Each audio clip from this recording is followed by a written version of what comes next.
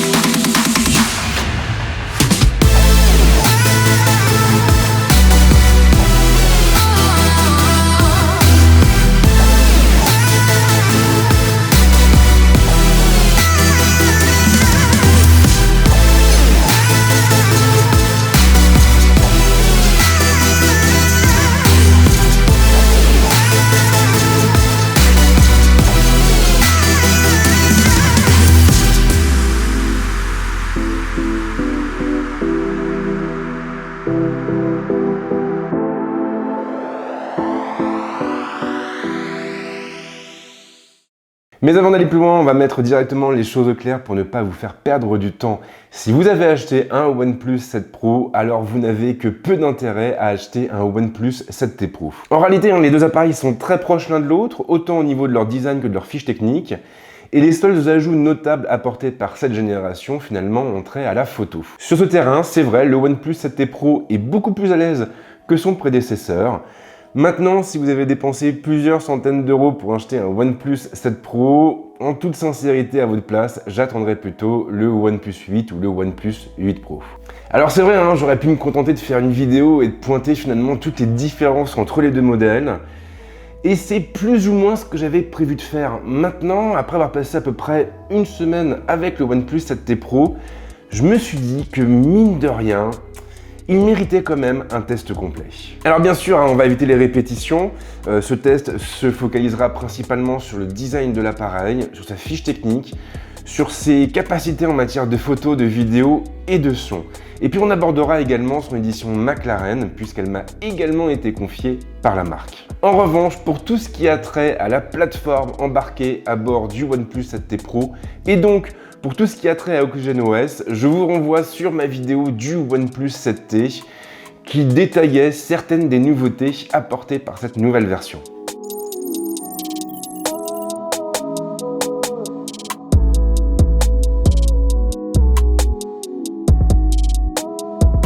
Mais trêve de bavardage, le moment est venu de nous atteler à la tâche et de nous pencher sur le design et l'ergonomie du OnePlus 7T Pro.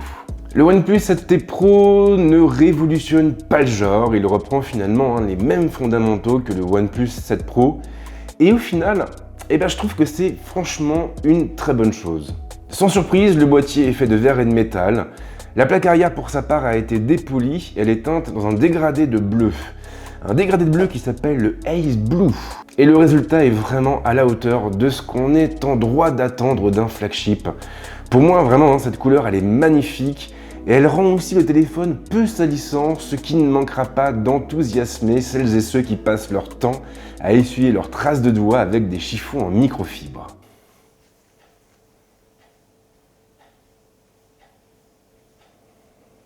À l'avant, on retrouve un écran immense et incurvé, bien sûr. La dalle recouvre une partie des bordures du téléphone et le résultat est franchement sympa, d'autant que cette fameuse dalle, elle ne compte ni trou ni encoche. Alors bien sûr, la caméra frontale n'a pas été supprimée. En fait, elle a été déplacée, déménagée dans une pièce pop-up qui est située au niveau de la tranche supérieure. Une pièce que vous connaissez déjà puisqu'elle était aussi présente sur le OnePlus 7 Pro. Là encore, la recette n'a pas changé. Alors on va pas se mentir, hein, le OnePlus 7T Pro a un look vraiment ravageur et ce côté borderless lui donne beaucoup de charme. Maintenant dans la vie, rien n'est parfait et chaque atout a aussi ses faiblesses et là en l'occurrence, je retiens finalement 2 défauts. Alors, le premier est propre aux dalles incurvées, on le sait, on en a même l'habitude, ces dalles ont la fâcheuse tendance à attirer les reflets, ce qui peut s'avérer gênant en extérieur, en plein soleil, lorsqu'on est à la plage par exemple, ou même encore à bord d'une voiture qui n'a pas des verres surteintés à l'arrière. Et oui, en ce moment, je change de voiture, ou plutôt j'en achète une pour mon entreprise, et du coup, je me bouffe tous les soirs des heures de vidéos sur YouTube en mode turbo. Alors le second défaut, je l'avais déjà évoqué dans ma prise en main, il est relatif, il a trait à cette fameuse pièce pop-up qui se déplie automatiquement lorsqu'on passe en mode portrait. Alors quand vous prenez un selfie, vous appuyez sur le bouton, la pièce se déploie, ça prend à peu près 1 seconde et à la rigueur c'est pas grave. Pourquoi? Parce que quand on prend un selfie généralement, on pose, on essaie de soigner son cadre, de soigner la mise en scène. En revanche, le souci va se poser lorsque vous ferez appel à la fonction de reconnaissance faciale. Pourquoi? Eh bien parce que cette latence, cette seconde nécessaire au déploiement de la pièce, va forcément avoir un impact sur la durée de l'identification et il faudra donc attendre 1 seconde avant que le processus ne s'enclenche. Et vraiment, on voit la différence lorsqu'on teste le OnePlus 7T et qu'après on passe sur le OnePlus 7T Pro. Sur le premier modèle, l'identification est quasiment immédiate, alors que sur celui-ci, il y a quand même un temps d'attente qui n'est pas négligeable et qui devra être pris en compte. Ceci étant, si ça vous rebute complètement, alors vous pourrez toujours laisser tomber la reco faciale et passer par cette bonne vieille reconnaissance par empreinte digitale. Et ensuite, eh bien, il n'y a pas de grosse surprise pour le reste. Le bouton de mise sous tension est à droite, sous l'interrupteur qui permet de changer de profil sonore. Et puis bien sûr, les 2 touches du volume sont de l'autre côté et on a en plus le connecteur sur la tranche inférieure à côté du premier haut-parleur. Car oui, on a aussi un second haut-parleur qui se trouve cette fois entre le haut de l'écran et la bordure supérieure. Et la seule autre différence visible entre le OnePlus 7 Pro et le OnePlus 7T Pro se trouve finalement au niveau du module photo. À côté des 3 optiques, on a en effet un capteur supplémentaire qui est en réalité un autofocus laser. Du coup, eh bien, en théorie, la mise au point devrait être un poil plus rapide, mais ça, on aura l'occasion d'en reparler un peu plus tard.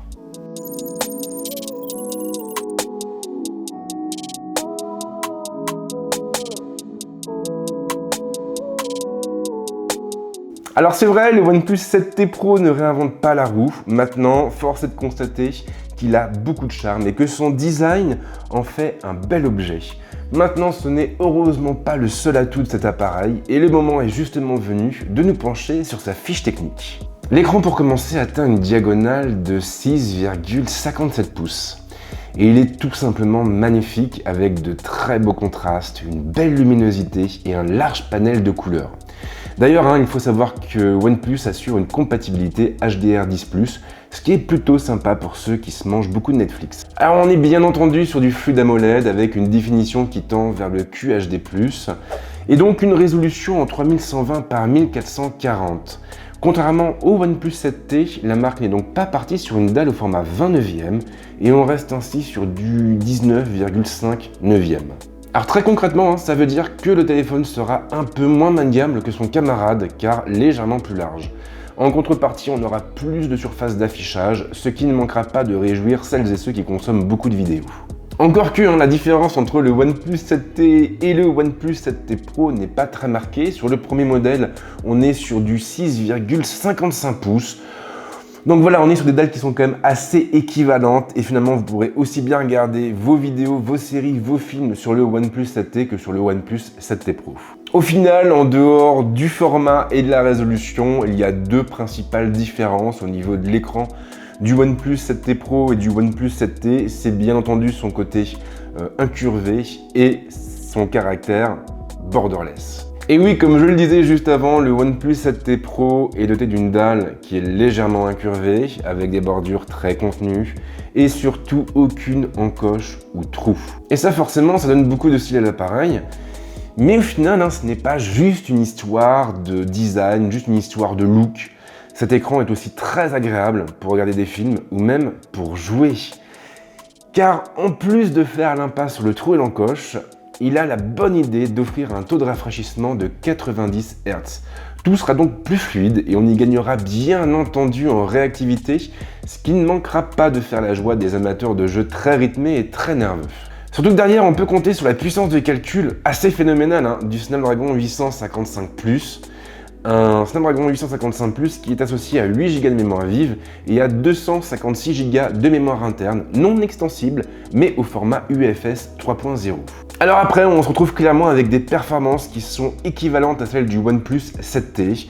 Concrètement, durant ces semaines de test, le OnePlus 7T Pro ne m'a pas montré le moindre signe de faiblesse. Il n'a pas ramé un seul instant et je n'ai pas noté la moindre latence. En réalité, ça va même beaucoup plus loin parce qu'on a l'impression qu'il est plus rapide que la plupart de ses concurrents grâce justement au taux de rafraîchissement de sa dalle. Alors concernant l'autonomie, pas de mauvaise surprise, le OnePlus 7T Pro pourra tenir la journée sans la moindre difficulté. Et si vous passez le taux de rafraîchissement à 60 Hz, alors vous pourrez facilement monter à 1 jour et demi, voire même 2 jours, mais là en se montrant vraiment très précautionneux. Après bien sûr, tout va dépendre de votre usage. Si vous jouez beaucoup, si vous laissez la dalle en 90 Hz, là clairement le téléphone tiendra quelques heures. Faut pas se voiler la face, quand on joue à Call of Duty mobile en 90 Hz pendant 4 ou 5 heures, au bout d'un moment, c'est sûr que la batterie finit par en pâtir. Alors histoire d'essayer d'obtenir un résultat un peu plus représentatif, j'ai fait tourner PCMark sur l'appareil. Je l'ai fait tourner la nuit dernière et malheureusement il a planté, c'est-à-dire que ce matin l'application était fermée et j'avais absolument aucun log. Donc c'est un petit peu dommage, je vais retenter le coup ce soir en espérant que ça fonctionne. Faut savoir que PCMark c'est à peu près entre 10 et 12 heures de fonctionnement, donc ça veut dire que le téléphone est immobilisé durant tout ce temps, ce qui est un petit peu compliqué quand on doit produire un test et qu'on doit s'en tenir à des délais qui sont relativement courts. Donc quoi qu'il en soit, si j'arrive enfin à obtenir un résultat, je le mettrai en surimpression au-dessus de la vidéo. Mais quand même, ce que je peux vous dire, c'est que l'autonomie du OnePlus 7T Pro le place plutôt dans la moyenne haute. Et il nous reste maintenant à évoquer la délicate question du modem, et là encore, je n'ai pas fini tous mes tests. Je sais, c'est pas bien. Voilà, j'ai fait déjà tourner NPerf pas mal de fois sur l'appareil, mais je préfère attendre encore, disons, 1 ou 2 jours, histoire de prendre de nouvelles mesures, d'attendre notamment le week-end, ce qui me permettra d'ailleurs d'obtenir un résultat un peu plus représentatif. En tout cas, sachez que le test ne change pas, il est toujours effectué à partir de la région parisienne. Je ne suis pas sur Paris même, mais dans le 77. Et derrière, bien sûr, j'utilise systématiquement la même SIM, une SIM qui est fournie par Sosh. Ensuite, eh bien, les tests, je les envoie, je les lance à différents moments de la journée et de la semaine, histoire d'avoir quand même une moyenne qui tienne un petit peu la route. Donc encore une fois, eh bien, j'affiche les résultats obtenus par le OnePlus 7T Pro sur NPerf en surimpression de la vidéo.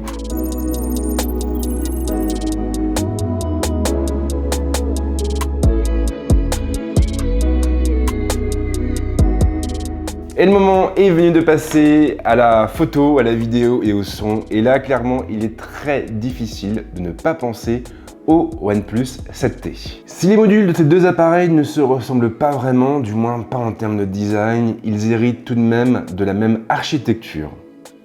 On retrouve ainsi pour commencer un capteur principal IMX586 fourni par Sony de 48 millions de pixels avec une optique composée de 7 pièces, une stabilisation optique, une stabilisation électronique et une ouverture à 1.6. Une optique qui est donc très lumineuse. Pour l'accompagner, on trouve un second capteur de 16 millions de pixels avec cette fois un ultra grand angle offrant un champ de vision de 117 degrés et une ouverture à 2.2.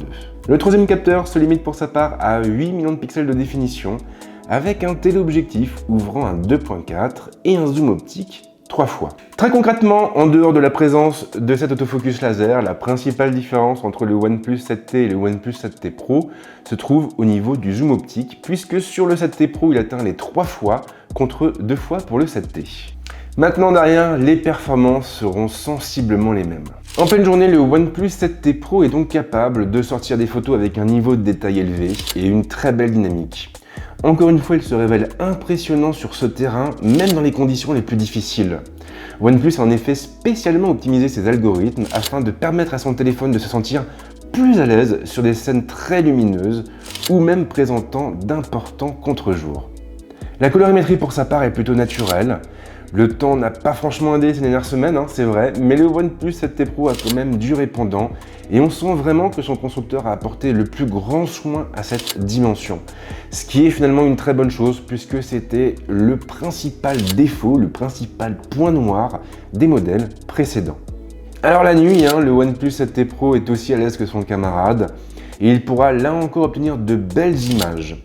Le mode nuit est en revanche un peu moins efficace que ce que proposent certains appareils concurrents. Et là, bien sûr, je pense à l'iPhone 11 Pro ou encore au Pixel 4 qui m'a franchement très surpris dans ce domaine. Alors, je n'ai malheureusement pas eu l'occasion de shooter autant qu'avec le OnePlus 7T, je le reconnais, mais je n'ai pas noté de vraie différence entre les photos obtenues par ces deux appareils. Ce qui est plutôt une bonne nouvelle d'ailleurs. Comme indiqué un peu plus haut, le OnePlus 7T Pro va un peu plus loin au niveau du zoom et il peut donc monter à un grossissement de 3 fois en optique. Ce qui veut aussi dire qu'il sera un peu plus flexible en matière de composition. Plus généralement, le changement de focale n'a pas un gros impact sur la colorimétrie et si on distingue tout de même quelques différences d'une focale à l'autre, notamment au niveau des blancs et des jaunes, on est quand même sur des clichés qui sont assez proches les uns des autres. En revanche, en raison du manque d'ouverture de l'ultra grand angle, le OnePlus 7T Pro aura du mal à générer un flou d'arrière-plan sur cette focale, contrairement au grand angle qui lui sera capable de générer des bokeh à la fois doux et soyeux. Et ça, en ce qui me concerne, ça ne rentre pas dans la catégorie des défauts. En effet, lorsque vous shootez avec un ultra grand angle, généralement, c'est pour immortaliser un paysage ou même un bâtiment qui présente une architecture, disons, assez insolite ou plutôt soignée. Or justement, si en portrait, il est coutumier de chercher à séparer le sujet de son environnement en générant des flous d'arrière-plan, lorsque vous faites de la photo de paysage, vous cherchez à obtenir un maximum de piqué, un maximum de netteté sur tous les plans photographiés. Du coup, dans ce contexte, c'est pas très grave de ne pas avoir un beau bokeh sur l'ultra grand angle. De toute façon, lorsque vous voudrez prendre des portraits, vous basculerez fatalement sur le grand angle, qui présente tout de même une très belle ouverture. Ainsi, c'est vraiment pas mal sur un smartphone et ça permet d'ailleurs aussi de compenser le manque de lumière lorsqu'on shoot à la nuit tombée. Le mode macro répond bien entendu à l'appel et il est toujours aussi efficace. Du moins à condition de bien placer le téléphone et d'éviter les tremblements. Sur ce mode, le moindre centimètre de décalage peut en effet avoir un impact sur la qualité de la photo générée. Maintenant, et une fois qu'on a l'habitude, on peut vraiment prendre de très belles photos macro avec le OnePlus 7T Pro. Et ça finalement, c'est le principal atout du OnePlus 7T Pro. Aujourd'hui, il ne faut pas se mentir, la plupart des constructeurs multiplient les focales. Chez Apple, par exemple, depuis l'iPhone 11 Pro et 11 Pro Max, on a 3 focales différentes. On peut basculer d'un grand angle à un ultra grand angle à un téléobjectif en fonction de la scène à photographier. Et ça, bien sûr, c'est exactement l'architecture que l'on retrouve sur tous les flagships de Samsung et des autres constructeurs du marché. Maintenant, sur le OnePlus 7T Pro, en plus de ces 3 focales différentes, vous avez un mode macro. Ce qui veut dire clairement que le OnePlus 7T Pro et le OnePlus 7T fait un peu figure de couteau suisse idéal pour tous les amateurs de photographie. Parce qu'au final, peu importe ce que vous voulez prendre en photo, le téléphone pourra vous proposer un mode adapté. Et ça vraiment, c'est très confortable. De manière plus générale, je suis vraiment épaté par le chemin parcouru par OnePlus en matière de photo. Clairement, ça a toujours été vraiment le point faible des téléphones de la marque. Et généralement, il fallait attendre entre 2 et 3 correctifs pour être en mesure de prendre des photos de bonne qualité.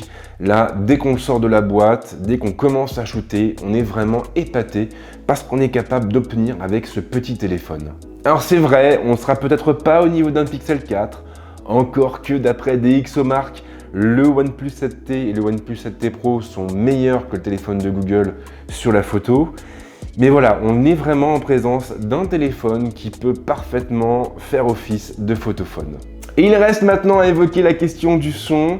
Et là encore, j'ai été plutôt impressionné par les performances du OnePlus 7T Pro. Le OnePlus 7T Pro est toujours dépourvu de prise casque, ça n'a pas changé, mais il intègre 2 haut-parleurs et il est franchement capable de restituer un son de très bonne qualité.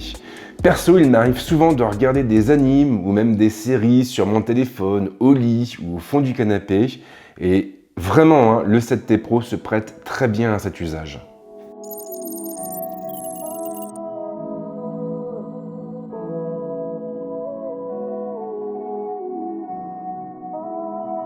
Alors je l'ai dit au début de ce test, cette vidéo ne va pas évoquer OxygenOS. En effet, la plateforme et ses fonctions ont eu le droit à une partie dédiée dans mon test du OnePlus 7T.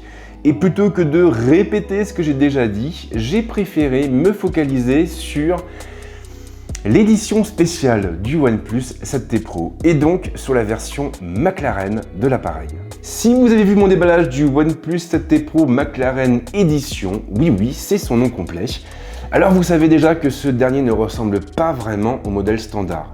On reste bien sûr sur du vert et sur un écran borderless, mais le dos change pas mal avec un effet tache d'encre autour du module photo et des reflets lumineux orangés dans la partie basse. Et il faut le reconnaître, l'effet est plutôt réussi et ces touches de personnalisation donnent finalement beaucoup de personnalité à l'appareil. Et puis surtout, OnePlus n'a pas cédé aux sirènes du clinquant. En dépit de son caractère racé, le OnePlus 7T Pro McLaren Edition est suffisamment sobre et épuré pour plaire au plus grand nombre. Toutefois, le design n'est pas le seul point qui diffère entre les deux éditions du OnePlus 7T Pro. La version McLaren a aussi pour principale particularité d'embarquer pas moins de 12 Go de mémoire vive à son bord. Et bien sûr, la question que vous vous posez, c'est de savoir si vous avez réellement besoin de 12 Go sur un smartphone. Et là, finalement, tout va dépendre de vos habitudes, de votre façon de fonctionner. Si vous avez tendance à garder votre téléphone 5 ou 6 ans, alors il peut être judicieux d'investir dans un appareil équipé d'autant de mémoire vive. Pourquoi ? Parce qu'on sait très bien que le marché de la mobilité évolue constamment. Et on sait aussi que les futurs titres mobiles auront besoin de plus de puissance de calcul, de plus de ressources pour fonctionner correctement. Alors c'est vrai, à l'heure actuelle, 12 Go, on s'en cogne, on n'a absolument pas besoin. Vous avez Call of Duty Mobile qui tourne très bien avec 6 Go de mémoire vive, voire même avec un petit peu moins. Donc du coup, on n'a pas besoin de passer sur un téléphone équipé de 12 Go de RAM. Ceci étant, en ira-t-il de même dans 5 ou 6 ans? Moi, je ne suis pas certain quand on voit tout ce qui se prépare, quand on voit tous les efforts faits par les studios qui investissent de plus en plus sur le marché de la mobilité. On se dit qu'avoir 12 Go permettra quand même d'affronter sereinement l'avenir sur ce segment-là. Maintenant, si vous voulez le fond de ma pensée, j'aurais aimé que OnePlus se focalise aussi un petit peu plus sur l'espace de stockage et pourquoi pas qu'il embarque à bord du OnePlus 7T Pro McLaren Edition 512 Go de mémoire interne. Voilà, pour moi ça aurait été bien de doubler la mise sur ce terrain-là aussi, d'autant qu'on est sur des appareils qui malheureusement ne peuvent pas accepter de carte micro SD. On est donc tributaire de leur espace de stockage et même si on aura largement de quoi faire avec 256 Go, voilà, je me dis que pour des gens qui consomment beaucoup de médias, pour des gens qui jouent beaucoup, 512 Go, ça aurait quand même été plutôt sympa. Et bien sûr, si vous avez vu ma vidéo sur le OnePlus 7T Pro McLaren Edition, alors vous savez aussi que OnePlus ne s'est pas uniquement limité au design extérieur de son téléphone. Le constructeur a aussi personnalisé sa plateforme. On a donc une fois encore des couleurs qui tirent vers le brun et une typo spécialement élaborée pour l'occasion. Le tout avec des petites touches orangées par-ci par-là pour un ensemble qui est finalement assez cohérent. La plateforme se marie effectivement très bien avec le design général de l'appareil.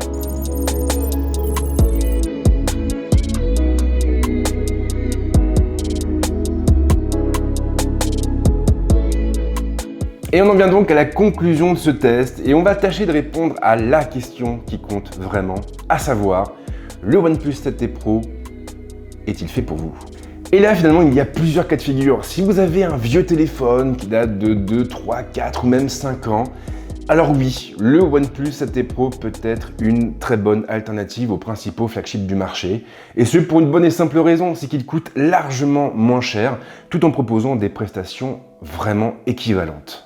Que ce soit au niveau du design, au niveau de la puissance de calcul, au niveau de la photo, de la vidéo, ou même de la plateforme, on est en présence d'un téléphone qui a absolument tout d'un flagship et qui n'a rien à envier à un Galaxy Note 10 ou à un Galaxy Note 10 Plus. Et ce, en dépit du fait que ces derniers sont quand même proposés à un prix un peu plus élevé. Et si la photo n'est pas votre priorité, alors vous pouvez même vous tourner vers le OnePlus 7 Pro qui sera encore un petit peu moins cher et qui vous permettra donc de réaliser une fois de plus de belles économies. En revanche, et comme je l'ai dit au début de la vidéo, si vous avez déjà un OnePlus 7 Pro, alors non, l'investissement n'est pas une obligation. Je pense sincèrement que vous pourrez faire l'impasse sur ce modèle pour attendre, pourquoi pas, le OnePlus 8 et le OnePlus 8 Pro. Des téléphones qui devraient sortir plus ou moins entre le premier et le second trimestre 2020 et donc finalement dans quelques mois à peine. Alors après, j'ai vu passer beaucoup de critiques sur le OnePlus 7T Pro. Voilà, il y a beaucoup de gens qui lui reprochent finalement d'être assez proche du OnePlus 7 Pro. Et là, pour être honnête, j'avoue que j'ai du mal à comprendre mes confrères. Comme son chiffre et sa lettre l'indiquent très clairement, le OnePlus 7T Pro est un modèle intermédiaire et il est donc censé faire office de passerelle entre le OnePlus 7 Pro et le OnePlus 8 Pro. Il est donc logique que ce modèle ne marque pas de rupture dans la gamme. OnePlus n'a fait qu'appliquer la stratégie de la plupart des constructeurs aujourd'hui en faisant évoluer son flagship vers un téléphone un peu plus actuel et un peu plus puissant.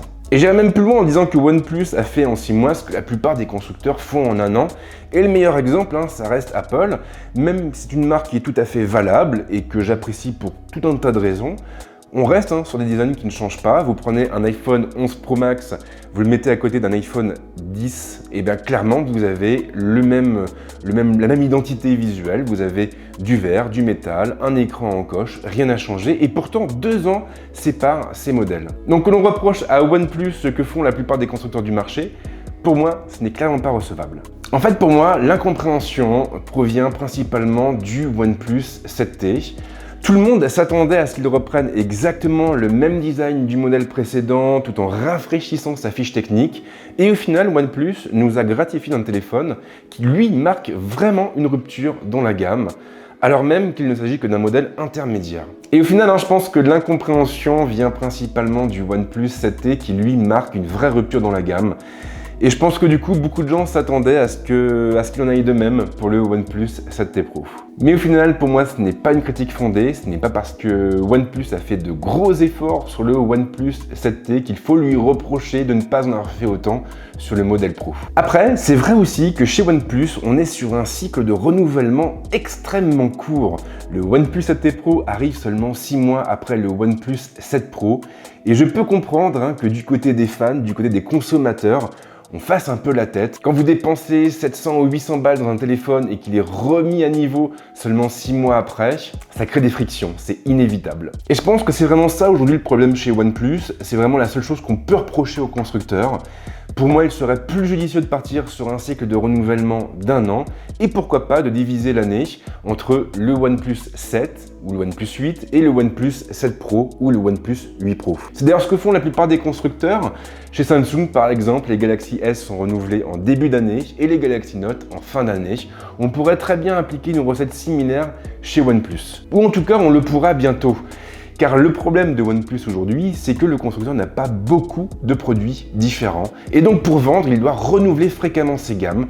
C'est le seul moyen d'occuper le marché et qu'on ne l'oublie pas finalement. Mais ça devrait changer très rapidement.